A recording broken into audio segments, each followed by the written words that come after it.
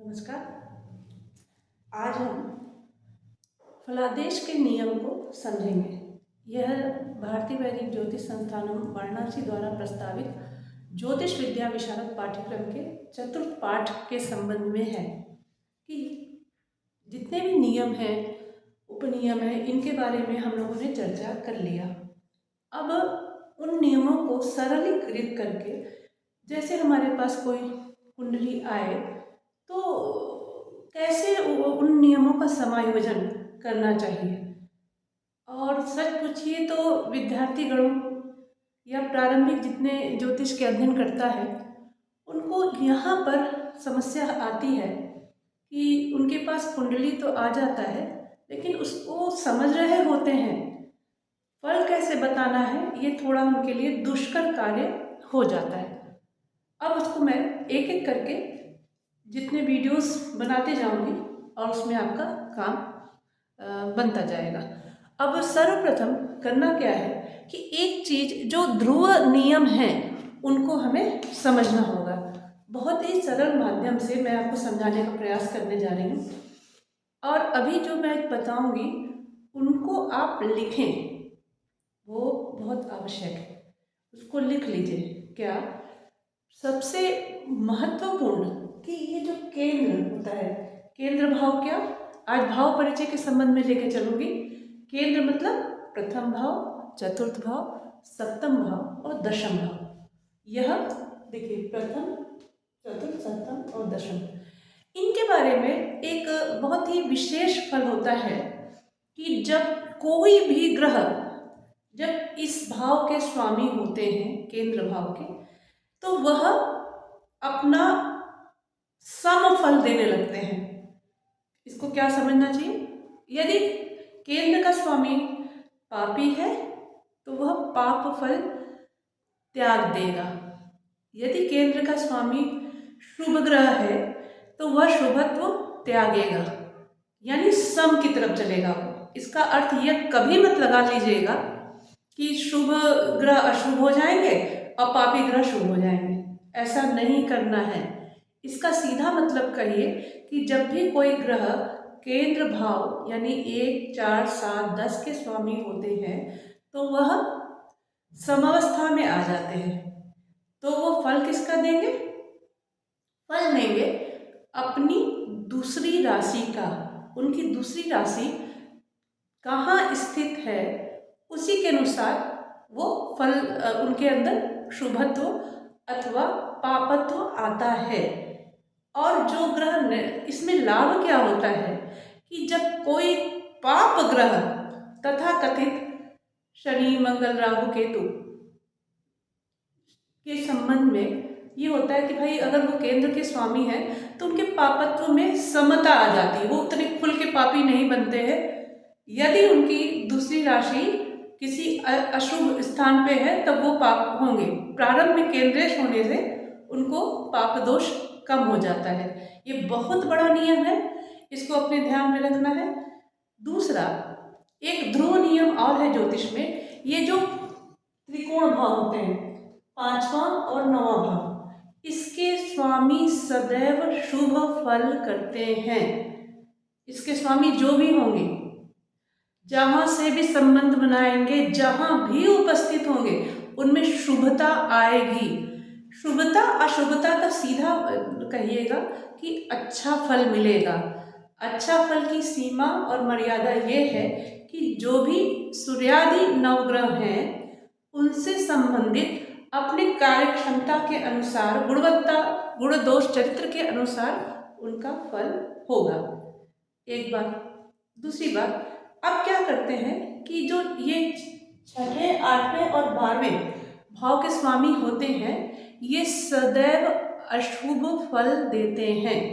इसको अपने दिमाग में रखना है। जैसे केंद्र के स्वामी का हो गया कि समत्व दोष, समत्व गुण, और 5वें 9वें स्वामी वो शुभ फल देते हैं, और 6ठे, 8वें, 12वें का स्वामी सदैव अशुभ फल या नकारात्मक फल देंगे। जैसे आपको मैं जरा 6, 8, 12 के बारे में और विस्तार से कह दूं। इतना समझ लीजिए, अपने दिमाग में रख लीजिए कि यदि किसी भी तरह से किसी ग्रह का अथवा भावेश का संबंध छठे, आठवें अथवा 12वें भाव से हो रहा हो तो वो समझ लीजिए कि उस भाव में दूषण आ गया, उसमें अब परेशानियां, बाधाएं आना प्रारंभ हो जाएंगी। एक बात। अब दूसरा, इसको अब एक और भाव बचता है। अब बचा तीसरा और 11वां भाव। तीसरे भाव को 3, 6, 11 एक क्रम बनता है, त्रिषडाय कहते हैं। त्रिषड माने छठा और आयेश मतलब 11वां भाव, त्रिषडायश एक पूरा इन्होंने एक क्लॉज बनाया। तो 3, 6, 11 में अगर कहा जाए तो छठा भाव बुरा ही है, वो पहले ही बता दिया गया। छठा भाव इसीलिए बुरा ना, एक तो त्रिक में भी आता है, त्रिक भाव हुआ 3, 6, 11, 6, 8, 12 और इधर 3, 6, 11, तो छठा भाव इसीलिए बहुत बुरा माना गया। अब तीसरा भाव को बुरा तो है, लेकिन किस क्षेत्र में, ये थोड़ा सा ना मृत्यु भाव, यानी 8वें भाव से 8वां भाव होता है, तो इसलिए कई बार इसको बुरे भाव में रखा गया है। और 11वें भाव में एक संशोधन ये है कि भाई ये लाभ भाव है, इसलिए इसमें भी कुछ अच्छाइयाँ और तृतीय भाव में भी कुछ अच्छाइयाँ निकाली जा सकती हैं, लेकिन छठे भाव का कभी भी कोई भी अच्छा फल हम निकाल नहीं सकते हैं, इसको ध्यान में रखना है। अब बचा द्वितीय भाव।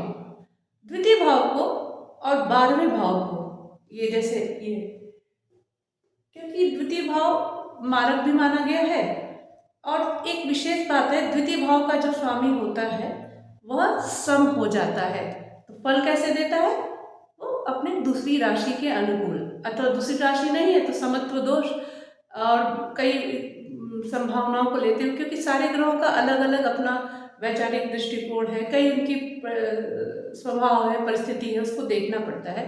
तो कुल मिला के केंद्रेश होने से ग्रहों का अच्छापन हो जाता है, बुरे नहीं रहेंगे, और त्रिकोणेश होने से बहुत शुभ हो जाते हैं, अत्यधिक शुभ हो जाते हैं, और 6, 8, 12 का संबंध ये न केन प्रकारेण कहीं भी होगा वह बुरा ही माना जाएगा। अच्छा, सर्वोत्कृष्ट फल क्या होगा कि नौमेश दशमेश मतलब केंद्रेश और त्रिकोण का संबंध किसी भी प्रकार से किसी भी स्थान पर हो वह अच्छा माना जाता है। और सबसे ज्यादा बुरा अगर किसी को कहा जाए पूरे 12वें भाव में, 12वें भाव में वो होते अष्टम भाव। अष्टम भाव से संबंधित ग्रह, अष्टम भाव का स्वामी और अष्टम भाव, ये अत्यधिक अशुभ फल के लिए जाना जाता है, इसको अपने दिमाग में रख लें। अच्छा, इन सब से क्या लाभ होता है कि जब हम किसी के बारे में, किसी चीज़ के बारे में फल देना शुरू करते हैं तो इसमें ये समझ में आ जाता है कि अच्छा अथवा बुरा कहना, क्योंकि देखिए मैं बार बार कह रही हूँ कि अपना लिख लीजिएगा, हम प्रारंभिक विद्यार्थी हैं तो हमें अभी प्रारंभ चीज़ों को लिख लिख के पढ़ के समझना होगा, ताकि वो सारी बात को स्पष्टता दिमाग में आ जाए। ये नियम को हमें ध्यान में रखना पड़ता है। अब एक भाव बचा, प्रथम भाव। कुंडली के फलादेश में यदि किसी भी फल को कहना है तो ये देखना है कि प्रथम भाव का स्वामी क्या क्षमता रखता है, कितना बलवान है, यानी प्रथम भाव का स्वामी कहाँ है, कहीं 6, 8, 12 से तो संबंधित नहीं है, उसमें पाप ग्रह का प्रभाव तो नहीं है। जितना अधिक प्रथम भाव शुद्ध होगा उतनी अच्छी कुंडली बनती जाएगी। इसको थोड़ा और स्पष्ट करना चाह रही हूँ। प्रथम भाव का सीधा अर्थ होता है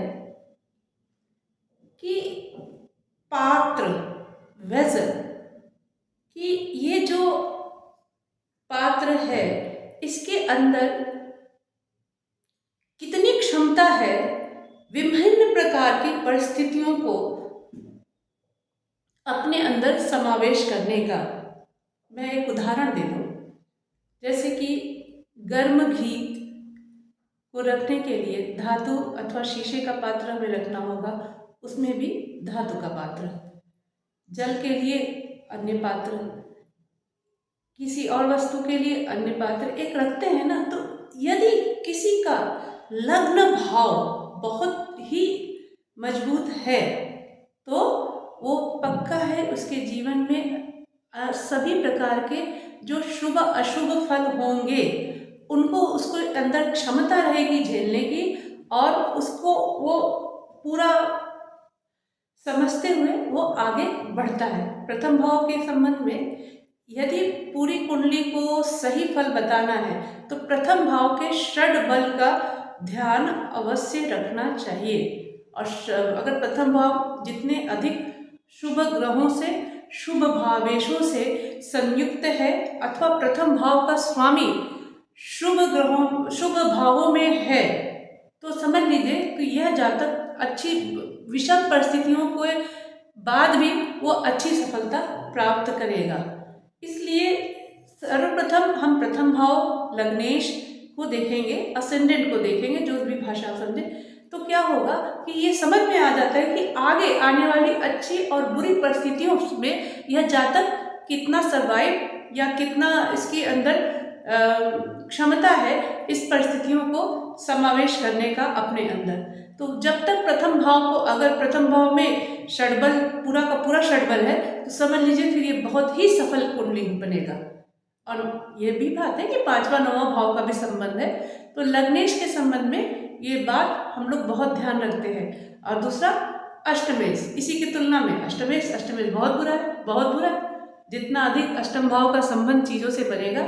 अब क्या होता है कि कई शर्तें होती हैं कि जो ज्योतिषी होता है वो क्या करता है कि अब इस अष्टम भाव से अगर संबंध है तो उसके कुछ सकारात्मक पक्ष को निकालना, वो अभी बहुत ही बारीक फलादेश हो जाएगा। लेकिन फिलहाल अभी इतना आप कंठस्थ करें कि चार्ट आपके सामने आए, केंद्र और त्रिकोण के मालिक शुभ, 6, 8, 12 के मालिक अशुभ, के लग्नेश सबसे सही होता है, और 3, 11 का स्वामी भी ठीक है, लेकिन उसमें 11 शुभ है, 3 में कुछ दोष निकाले जाते हैं क्योंकि अष्टम से अष्टम भाव और द्वितीय भाव मारक भाव माना जाता है। तो इस तरह से पहले आप अभ्यास करें, उसके बाद मैं अन्य दूसरे वीडियो में आपको दूसरी बात बताऊंगी। तब तक के लिए नमस्कार।